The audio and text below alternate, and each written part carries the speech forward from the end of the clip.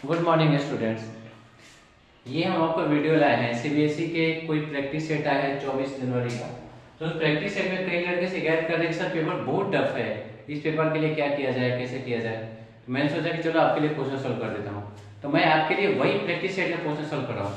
एक वीडियो बनाया भी था इसका, तो उस वीडियो क्लियर नहीं था, उसका क्लियर व्यू देखो। आपको सारी चीजें क्लियर दिखाई जाए, एकदम क्रिस्टल क्लियर, सब चीजें दिमाग में एकदम अच्छी की तरह बैठ जाएंगी, समझ में आ जाएगा। अब पहला क्वेश्चन इसमें क्या देखो क्या कर रहा है।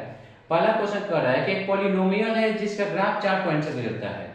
पॉलिनोमियल p ऑफ x में है, ग्राफ का पॉइंट है पहला, दूसरा, तीसरा, चौथा। अब ये which among the following is factor p of x, इस पॉलिनोमियल का फैक्टर कौन होगा। सबसे पहले पॉलिनोमियल देखते हैं किस में है, p ऑफ x है। पॉलिनोमियल किस में है, x में। x में मतलब x एक्सिस से गुजरेगा उसका जीरो, तो y क्या होगा, जीरो। तो हम y जीरो वाले को छाट लेते हैं, 4 पॉइंट, -5 0 8 0।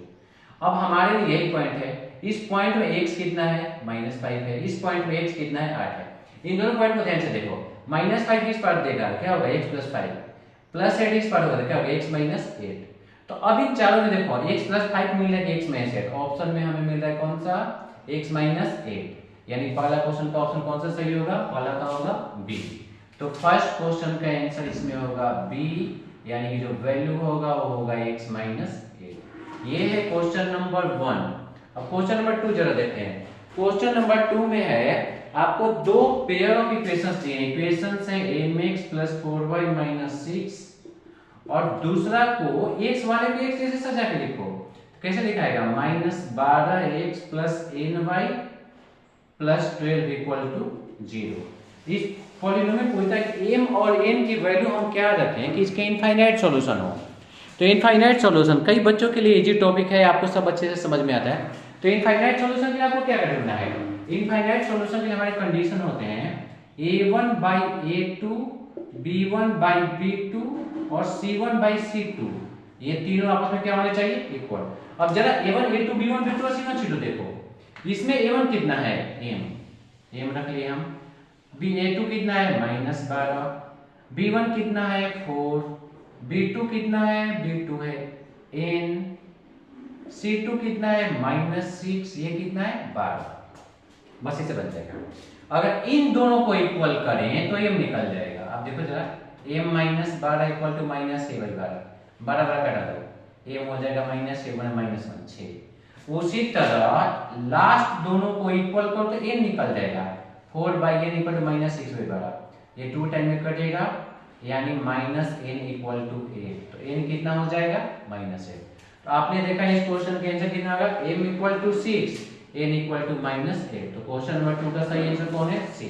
तो आपको समझ में आ गया कि जो फर्स्ट क्वेश्चन है उसका आंसर होना चाहिए x - 8 = 0, ये सही दिया है, तो ये पॉलिनोमियल होगा। और सेकंड क्वेश्चन के आंसर कौन होगा, सी में ऑप्शन कितना है, सी में m = 6 और n कितना है हमारा, -8। तो इस ढंग से आप निकाल सकते हैं का m कितना आया, आपका n कितना आया। ये तो क्वेश्चन नंबर 1 और क्वेश्चन नंबर 2। और आगे बढ़ते हैं। कई क्वेश्चन ऐसे हैं जो सही में आपको दिमाग को हिला के रख देंगे, मतलब मार्क माय वर्ड्स, हिला के रख देंगे, मगर आपको हिलना नहीं है। सीबीएसई ने कहा है कि आपकी प्रैक्टिस शानदार होनी चाहिए। तो शानदार प्रैक्टिस जब दिमाग हिलेगा तो कैसे होगा, आपको दिमाग हिलाना नहीं है और आपको गणित संहिता का वीडियो शानदार देखते जाना है, फिर आपको पता चल जाएगा। हाँ, क्वेश्चन नंबर 3 काफी इजी है। तो ये इजी क्वेश्चन क्या है कि पॉलिनोमियल दिया है, क्वाड्रेटिक इक्वेशन दिया है इस बार, px² + qx + r = 0। इसका qx² - 4pr > 0 है। ध्यान, इसका डिस्क्रिमिनेंट वो होगा, डिस्क्रिमिनेंट 0 से बड़ा है। अगर पॉलिनोमियल का डिस्क्रिमिनेंट 0 से बड़ा होता है तो उसके रूट्स कैसे होते हैं, ऑलवेज पॉजिटिव होते हैं। हमें p q r की वैल्यू से कोई मतलब नहीं है। अगर डिस्क्रिमिनेंट 0 है इसका मतलब रूट्स कैसे होते हैं, इसका मतलब नहीं, इसका मतलब रूट्स अनइक्वल होते हैं। तो होंगे तो अनइक्वल। अब आपको इसमें देखना है कि ऑलवेज पॉजिटिव। अगर p q r दोनों रखोगे तो जब 0 से बड़ा होगा यानी उस कंडीशन में क्या होगा, इसके लिए आपको दिमाग लगाना है। तो लिखा always positive if p q r and positive, negative if p q r are negative. तो इसमें आपको कौन सा सही होना चाहिए, इसमें आपको सही होना चाहिए p q r अगर पॉजिटिव है जेड का आंसर है ऑलवेज पॉजिटिव, तो इसका आंसर होना चाहिए ए। ये तो था क्वेश्चन नंबर 3। चलो 4 में दिमाग लगाते हैं। क्वेश्चन नंबर 4 क्या कह रहा है? क्वेश्चन नंबर 4 देखो, क्वेश्चन नंबर 4 में दो सर्कल है, इन दोनों सर्कल का सेंटर एक है। ये कॉन्सेंट्रिक सर्कल ऐसे कहलाते हैं। यहाँ है पॉइंट बी, यहाँ है पॉइंट ए। बी का कोऑर्डिनेट है 3 5, ओ का कोऑर्डिनेट है -4 3।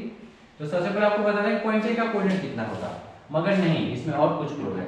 इसमें क्लू है कि दोनों सर्कल का जो एरिया है उसका रेशियो है 1:9। क्वेश्चन नंबर 4 में पहला वाला सर्कल, अगर माना पहला वाला सर्कल का रेडियस मान लो r है, पाई r1 स्क्वायर, ये हो जाएगा पाई r2 स्क्वायर 1/9 कटा। r1 बाई r2 का होल स्क्वायर है 1/9, r1 बाई r2 कितना होगा 1/3। तो OA 1 हो गया, इस बात को सोचो, OB 3 हो गया, ये 1 इस है 3 सा, तो AB कितना होगा, ये 1 ये पूरा 3, तो AB हो जाएगा 2। मतलब OA रेशियो AB कितना होगा 1:2। याद आ गया रेशियो, पॉइंट से याद आ गया। तो अब आपको ढूंढना है सेक्शन फॉर्मूला, किसके लिए, A के लिए। फॉर्मूला क्या होता है, mx2 + nx1 upon m + n। दूसरा होता है my2 + ny1 by m + n। अब m की जगह पर आपको 1 रखना है, n की जगह पर 2। 1 × x2 + n 2 × x1 by m + n। 1 × y2 + n × y1 by m + n। तो हो जाएगा 3 - 8/3, 5 + 6/3। मतलब पता चल गया। अब कैसे कौन होगा, ये होगा -5/3 और 11/3।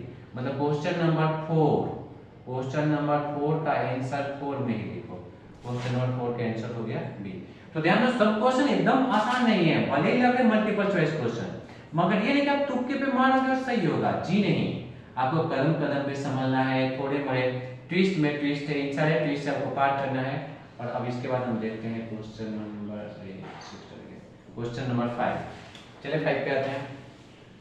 अब 5 क्वेश्चन कैसा है, 5 क्वेश्चन है, 5 क्वेश्चन में भी फिगर है, 6 में भी फिगर है। मतलब एमसीक्यू के 20 क्वेश्चन में कम से कम 8 में डायरेक्ट फिगर है। ये जो आप अभी देख रहे हैं कौन सा वीडियो, बहुत ही ज्यादा इंपॉर्टेंट वीडियो, जिसे बहुत लड़के बैठते हैं। सीबीएसई ने प्रैक्टिस सेट वो किया था 24 जनवरी 2023 को। तो उस दिन का प्रैक्टिस सेट लंच हुआ है, जिसका आपको सारा वीडियो में आपको समझा के दिखा रहा हूँ। इसमें है पोल, एक पोल है, एक दूसरा पोल है, ऐसे रोड है और रोड के इस पार सोनाली है, सोनाली ऐसे दिख रही है। अब देखो रोड, ये पोल 1 है, ये है, एक रोड ऐसे गया है, यहाँ दिया है R, ये परपेंडिकुलर है, ये परपेंडिकुलर है, ये जगह दिया है 7, तो ये इतना भी हो जाएगा 7, ये पूरा दिया है D और ये दिया है P। आपको निकालना है which of the following expressions represent D, हमें D निकालना है। किसके टर्म में निकालना है, P और R के टर्म में।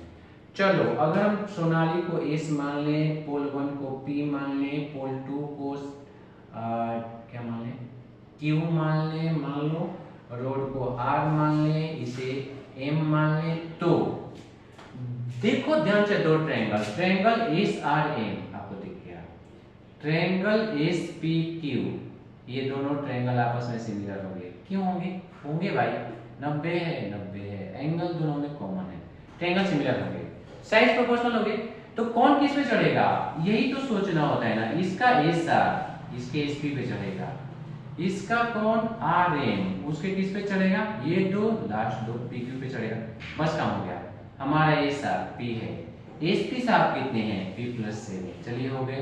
RM कितना है, RM है 8, और कौन है D है 2, क्रॉस मल्टीप्लाई करो, आपको D निकालना है, तो होगा D × P = R × P + 7। Cross multiply करो, D का P से मल्टीप्लाई होगा, ऐसे हो गया। तो हमारा D कितना निकल गया, D निकल गया R × P + 7/P। अगर कोई ऐसा है जो कि है ऑप्शन नंबर D, 5 का ऑप्शन कौन सा होगा, D। तो आपको पता चल गया 5 का ये आंसर होगा। क्वेश्चन नंबर 6, ये भी सिमिलर पैटर्न का क्वेश्चन है। और इसमें भी फिगर है और दिमाग यहाँ भी भरपूर लगाना है। तो चलो क्वेश्चन नंबर 6 का फिगर देखो, वही प्रैक्टिस है सीबीएसई वाली जिसके क्वेश्चन बुक में दिए हैं।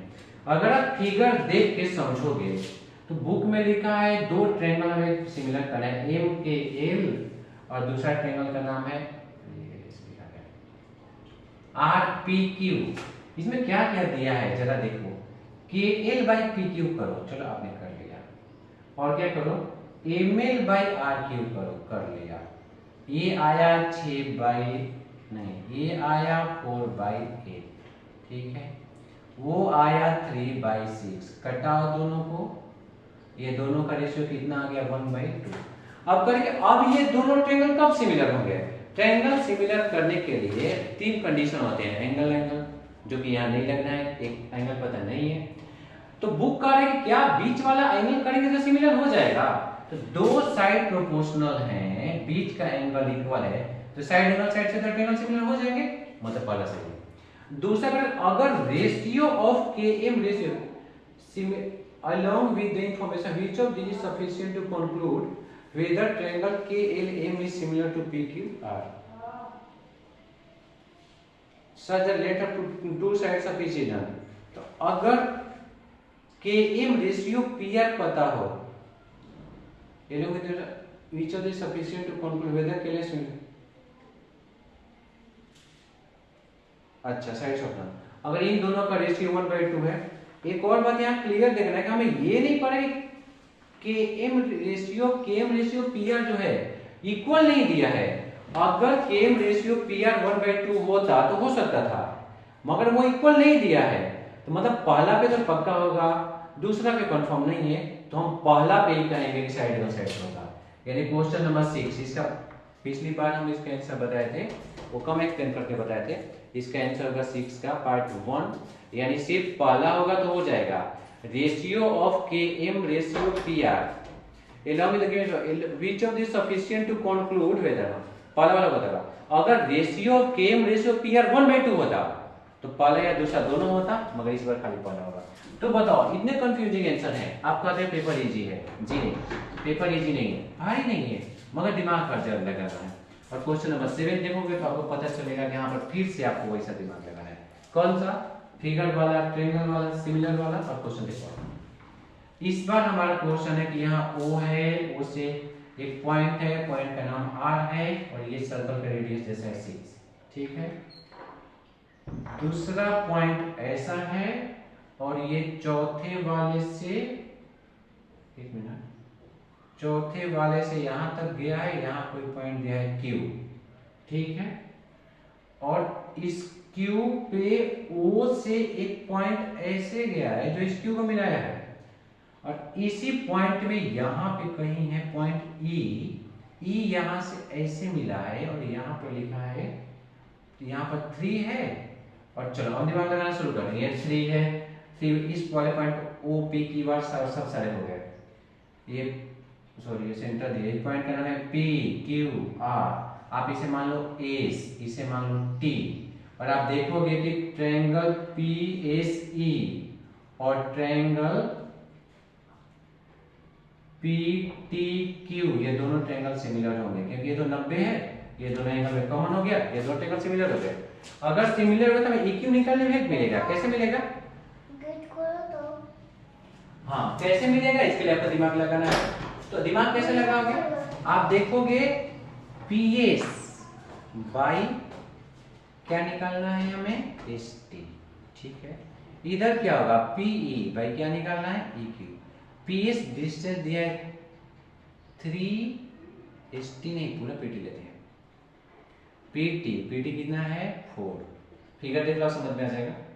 आपको P निकालना है और EQ माने सर्कल का, एक मिनट हम EQ नहीं PQ करते हैं, PE बाई PQ, PQ कितना दिया है 6, अब बन गया, तो 4 इंटू P हो जाएगा 3 इंटू 6 बाई 4, 18/4, मतलब P हो गया 4.5।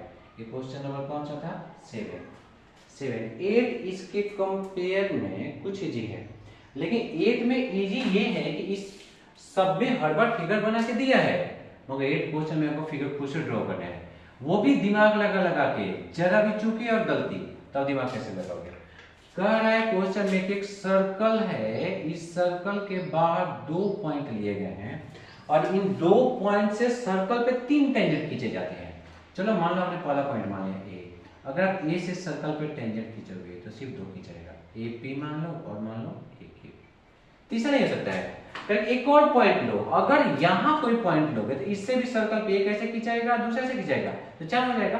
तब कह रहा है कि आपको तीसरा पॉइंट कहां लेना चाहिए, टेंजेंट की संख्या 3 हो, तो तीसरा पॉइंट इसी पे लो, किसी एक लाइन पे, इस बी से सर्कल पे टेंजेंट खींचो, एक हो गया बीपी, दूसरा हो गया बीक्यू। अब क्लियरली टेंजेंट कितने हैं, टेंजेंट हो गए 3, मैंने बुक का कंसेप्ट मान गया। हम कब माने, इसका मतलब पॉइंट बी का होना चाहिए, all 3 tangents are equal in length. नहीं भाई, एपी एक अलग है, बीक्यू बीपी अलग है, बीक्यू अलग है, ठीक है। आगे क्या कर रहा है, आगे कह रहा है कि both the points lie on the one of tangent, दोनों पॉइंट किसी एक पॉइंट पे लाई कर रहे हैं, सही बात है। द टेंजेंट्स, तो क्वेश्चन नंबर इसका कौन सही है, बी, मतलब 8 का ऑप्शन कौन सही है, बी। देख रहे हैं कंफ्यूजन ऐसे हैं, तो इस कंफ्यूजन को कह रहा है कि आपको इसके लिए अच्छे लेवल का प्रैक्टिस करना चाहिए। बीच में मैं एक बात मैं बहुत इंपॉर्टेंट बता देता हूँ, अगर आपने ये सोचा है कि आप सारी चीजों पे ये करो तो काम चल जाएगा, जी नहीं, आपको मैथ पे ज्यादा ध्यान देना है, सीरियसली देना है और 100 में 100 आसानी से आ जाएगा। अब मैं ही कह रहा हूँ कि पेपर भारी है, मैं ही कह रहा हूँ 100 में 100 हो जाएगा। एक्चुअली आपने प्रैक्टिस वाली चीजों को आसानी से कर लिया, तब आपको कंफ्यूजन सारे खत्म हो जाएंगे। कंफ्यूजन खत्म हो तब चीजें आपको अच्छी दिखेंगी, साफ क्लियर, तो फिर सारा काम आसान से हो जाएगा। अब इसी में एक टेंजेंट का एक और क्वेश्चन है जिसमें फिगर ऑलरेडी गिवन है, ये है क्वेश्चन नंबर 9 का क्वेश्चन कुछ ऐसा है, आपको एक सर्कल दिया है, इस सर्कल पे 2 टेंजेंट खींचे हैं, एक टेंजेंट इधर से ऐसे है और दूसरा टेंजेंट इधर से कुछ ऐसे है, ये दोनों टेंजेंट एक दूसरे को पॉइंट के पर करते हैं। अगर आप फिगर देख के सेट लेके बैठोगे तो आपको समझना काफी आसान रहेगा। एक और टेंजेंट है जो इन दोनों को काटता है, उसका नाम है एल एम लाइन है, काटता एन पे है कि हाँ सर्कल हो गए। अब जो जो इन्फॉर्मेशन है वो देखो, क्यूएल दिया है 2, हमें इसका फायदा उठा लेते हैं, ये डिस्टेंस है 2, ठीक है। केएल दिया है 6, हम इसका फायदा उठा लिए, कितना हो गया 6, मतलब पूरा 8 हो गया। इस बात को याद करो, के क्यू हो जाएगा 6 और 2 8, हमें इसका फायदा उठाना है। पीएम के बारे में क्या इन्फॉर्मेशन है भाई, हमारे पीएम साहब जो हैं वो हैं हाफ केएल और केएल है 6, तो पीएम हो जाएगा हाफ गुणे 6, मतलब पीएम कितना हो जाएगा 3, ये कितना हो गया 3। अब अपना दिमाग, केपी केक्यू के इक्वल है, एक्सटर्नल पॉइंट से टेंजेंट सेम होते हैं, तो केपी भी हो गया 8, ये पूरा हो गया 8 में ये 3, तो केएम कितना हो गया, केएम हो जाएगा 8 माइनस 3, कितना हो गया 5, केएम कितना हो गया 5। अब निकालो कि एलएम कितना होगा, आपको क्यों निकाला आपको पता चल जाएगा। एलएम 2 पार्ट में है, एक है एलएन एक है एमएन, ठीक है। एलएन कितना हो गया, ये 2 तो ये 2 होगा, एमएन ये 3 तो ये 3 होगा और हमारा एलएम होगा 5। मतलब कि केएम और एलएम आपस में इक्वल होगा, दोनों कितना होगा 5, एलएम 5 केएम 5, मतलब ये दोनों ट्रायंगल कौन सा ट्रायंगल होगा, यहाँ पे एंगल 50 दिया है, याद करो। ये दोनों कौन सा ट्रायंगल होगा, ये ट्रायंगल होगा आइसोसेलेस। तो जब ये साइड इक्वल है, इसका मतलब ये एंगल, ये कौन सा एंगल पूछ रहा है, फाइंड एंगल एल एम के, ये 50 तो ये 50 होगा, तो आपको ये एंगल निकाला है। इस ट्रायंगल के एल एम के 2 एंगल, मतलब एंगल के और एंगल एल दोनों इक्वल हो गया 50-50, इसका मतलब एंगल एम कितना होगा, एंगल एम होगा 180 माइनस 50 50 180 डिग्री। कई लोग 65 माने हैं और भयंकर गलती है 65। तो आपने क्वेश्चन नंबर 9 देख लिए, 9 में फिगर है, 9 क्वेश्चन दमदार है और आपने देख लिया, सही है। अब क्वेश्चन 9 के बाद आते हैं क्वेश्चन नंबर कौन से पे, 10। Question number 10, again easy, again figure, again दिमाग। अब इस दिमाग में आपको मैं बिना फिगर बनाए समझा देता हूं, आपको बहुत उलझा है बुक में। आप देखोगे एंगल ओ ए बी और एंगल ओ पी क्यू, ये दोनों एंगल आपस में इक्वल होंगे, क्यों होंगे, कॉरस्पॉन्डिंग एंगल, कैसे, दोनों 90 है। तो जब ये एंगल और वो एंगल आपस में इक्वल होंगे, पैरेलल दिया है, तो कॉरस्पॉन्डिंग एंगल से अगर थीटा हो गया, तो आप छोटे वाले ट्रायंगल में, कौन से ट्रायंगल, ओएबी में cos थीटा निकालो। cos थीटा क्या होता है, बेस बाय हाइपोटेनस। अब छोटे वाले ट्रायंगल के लिए आप ये ट्रायंगल देखो, इस ट्रायंगल से बेस कौन होगा, एंगल थीटा के लिए बेस कौन होगा, तो बेस जो होगा उसे सटा होता है AB बाय हाइपोटेनस कौन होगा, OA, मतलब C बाय B। डायरेक्ट हमारे ऑप्शन में लाइक कर रहे हैं ऑप्शन नंबर बी, मतलब क्वेश्चन नंबर 10 का ऑप्शन कौन सा सही होगा, बी। 9 10 मतलब एमसीक्यू में का हाफ द जॉली है वो, ठीक। अगला क्वेश्चन बहुत आसान, फिर भी बहुत ट्विस्ट, और अगले क्वेश्चन के आसान के ट्विस्ट को लो। अगले क्वेश्चन के पहले मैं कुछ बातें आपको बता देता हूं। अगर आप चाहते हो कि आपको पाइथागोरियन ट्रिपलेट से रिलेटेड मेरी क्या बोलते हैं सारी कैलकुलेशन चीजें बहुत इजी हो जाए, तो मैंने पाइथागोरियन का शॉर्ट ट्रिक्स बनाया है।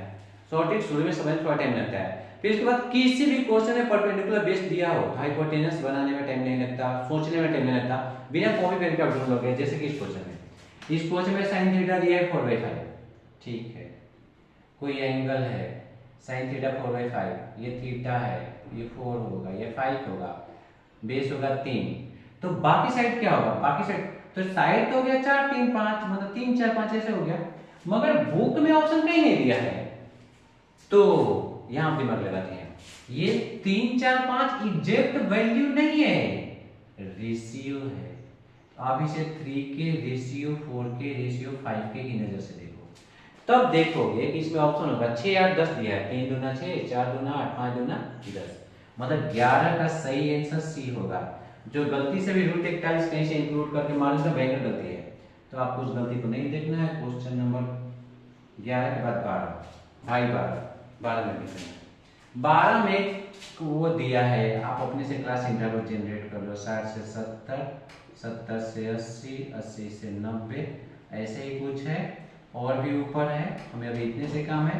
इसका फ्रीक्वेंसी दिया है, नहीं दिया है फ्रीक्वेंसी, ये दिया है ना कि 70 से 80 का मान लो x मान लो, तो ये दिया है कि जस्ट इसके ऊपर और इसके नीचे वाले का जो फ्रीक्वेंसी वो इक्वल है, मतलब ये y है जो भी कह रहा है।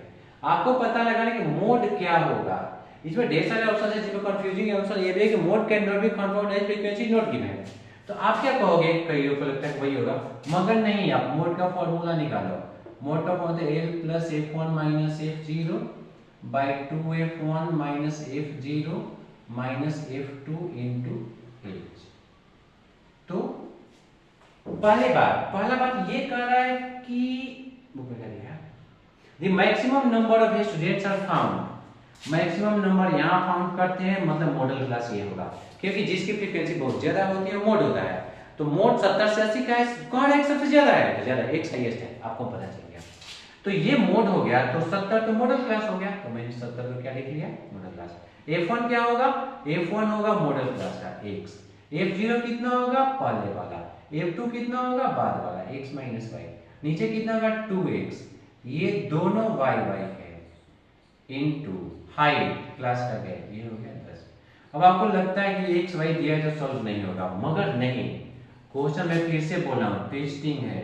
ये लिखा है 2x - 2y, आप चाहो तो 2 का कॉमन ले लो, तो ऐसे हो जाएगा, इनटू यहाँ है 10, x - y से x में से कट जाएगा, क्या बचा 70 प्लस ऊपर बचा 10, नीचे बचा 2, 70 + 5, 70 + 5 कितना हो गया 75।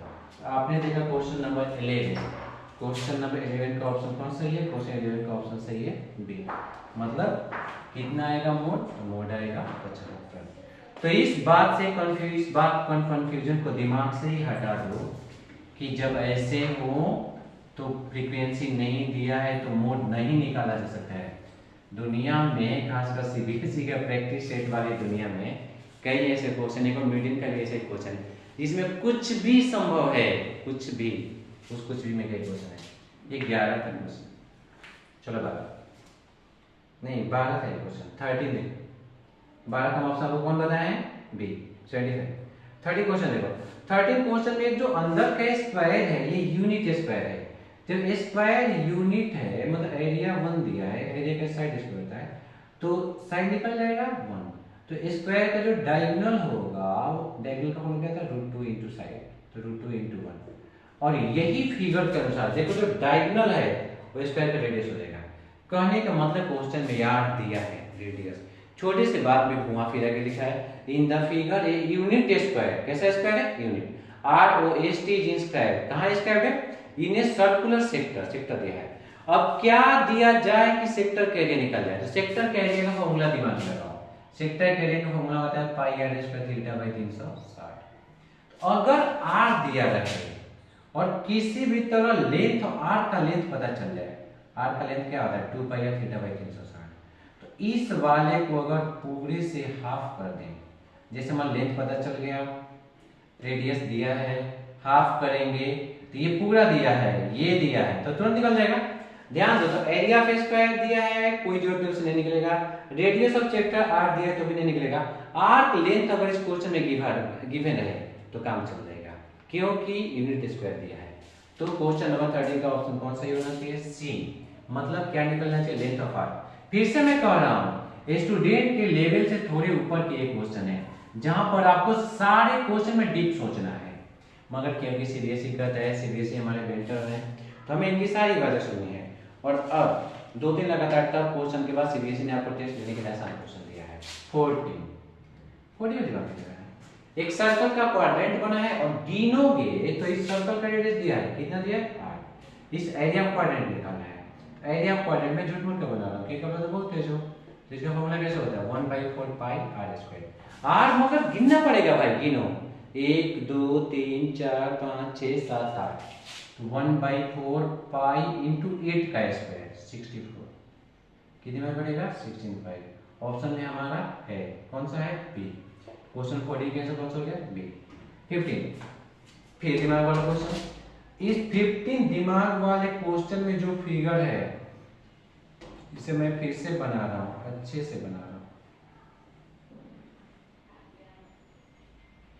फिगर ऐसे है, पूरा शेड है, मतलब यहां भी शेड है, इधर भी शेड है, ये सब शेड है। तो जब ये सब शेड है, इस बात का मतलब कि इसका रेडियस क्या होना चाहिए, कैसे होना चाहिए, थोड़ा मोड़ा दिमाग लगाओ।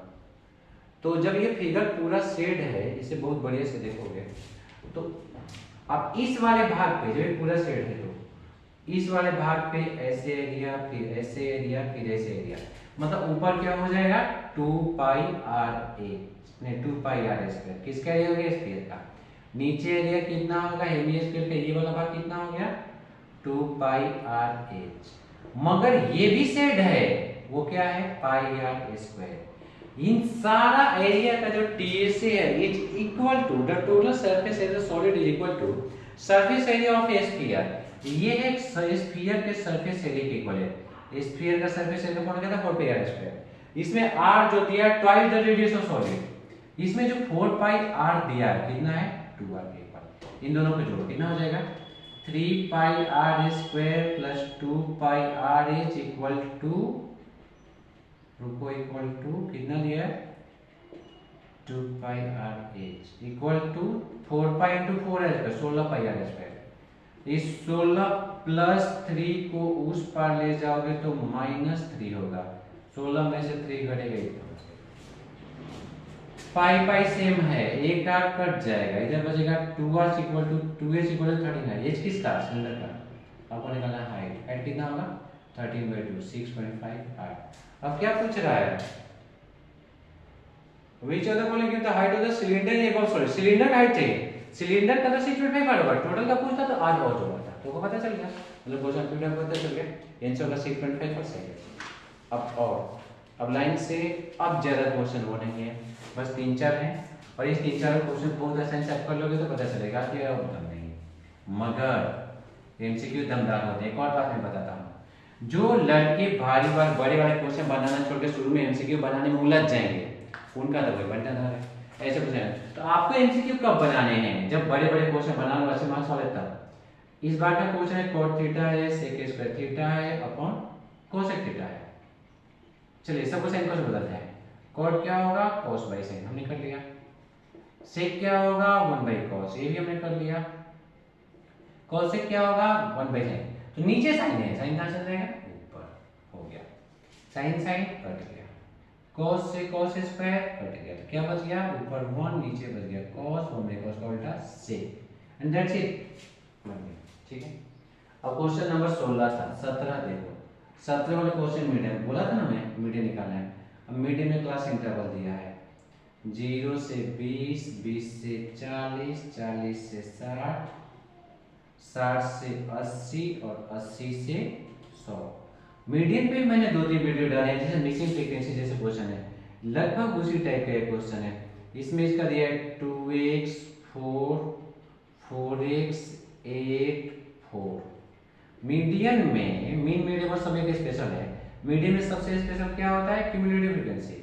चलो क्यूमुलेटिव फ्रीक्वेंसी निकालते हैं, 2x, ये क्या होगा 2x + 4, अगला कितना होगा 6x + 4, उसके कितना होगा 6x + 12, लास्ट कितना होगा 6x + 16। और मीडियन क्लास कैसे निकालते हैं, मीडियन क्लास नहीं, बुक वाला कहते हैं कि median plant is given 55, median 55 है। पहले मीडियन का फॉर्मूला लिख लो, L + n/2 - CA/F × H, ये मीडियन, मीडियन ये 55।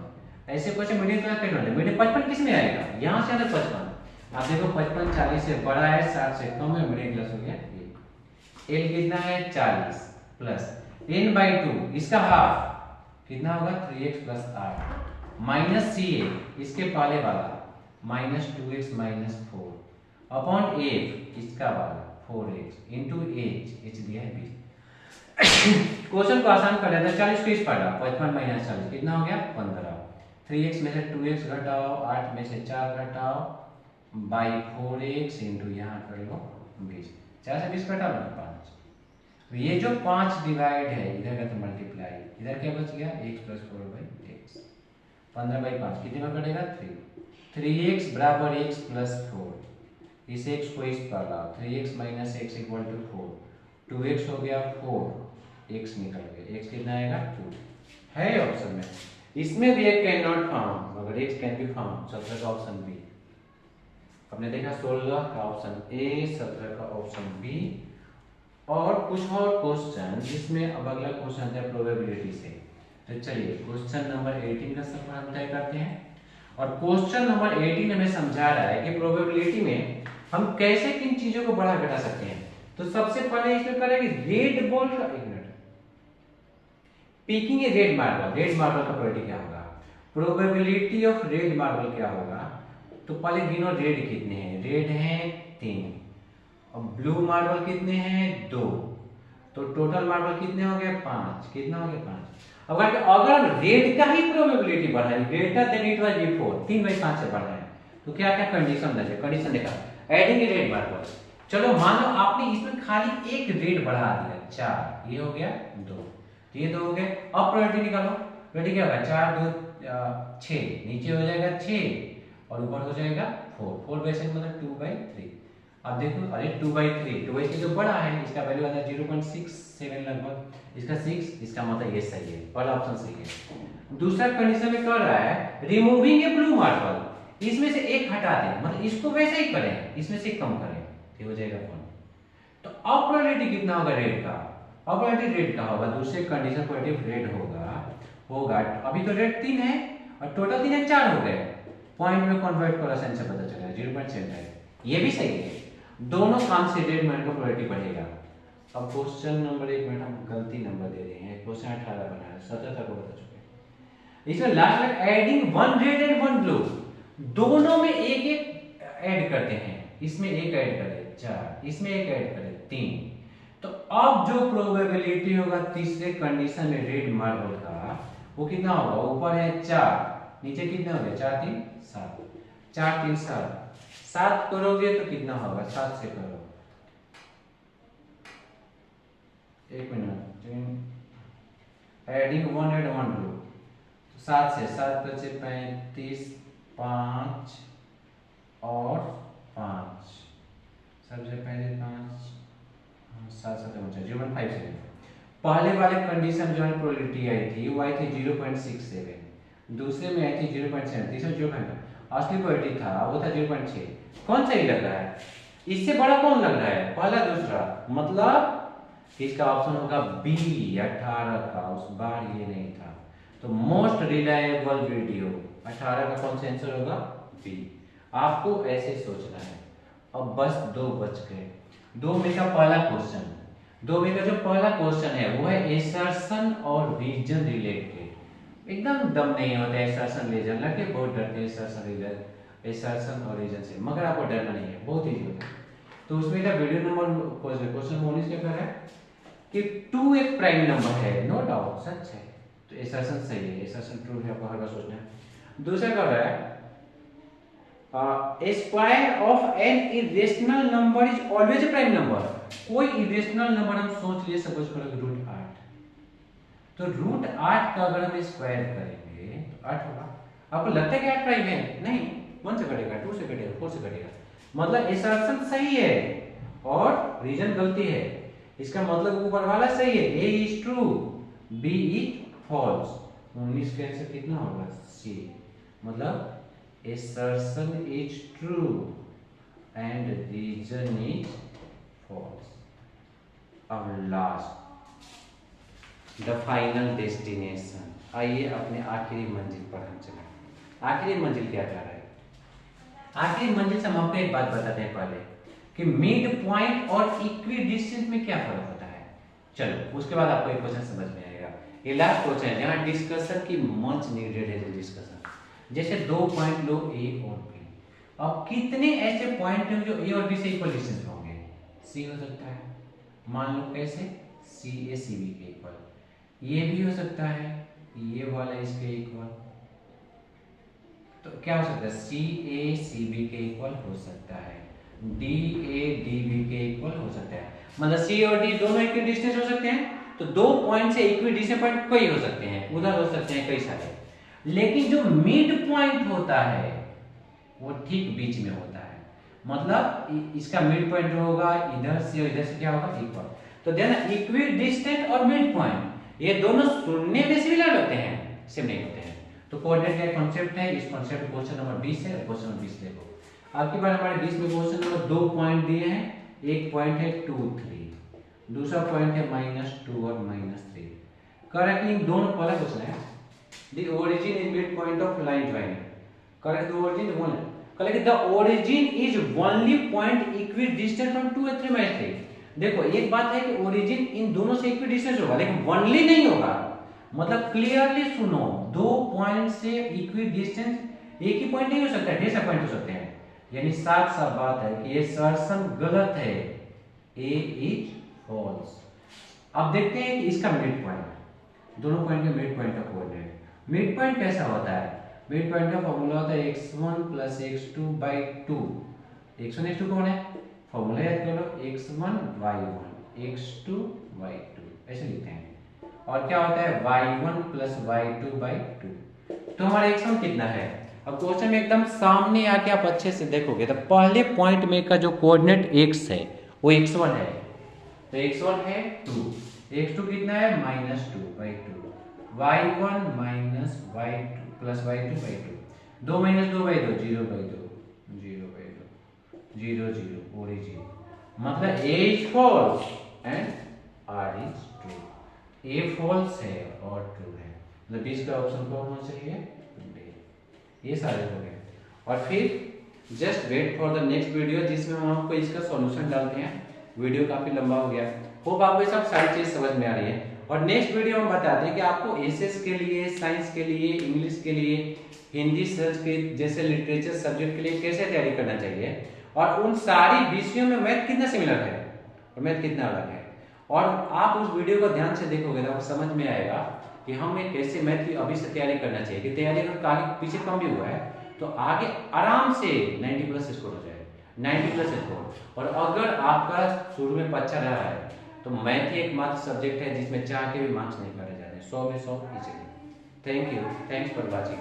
आई होप गणेश संगीता आपको एंटरटेन कर रहा है, आप समझो, जानो, इन्फॉर्मेटिव काफी हुए। Thank you.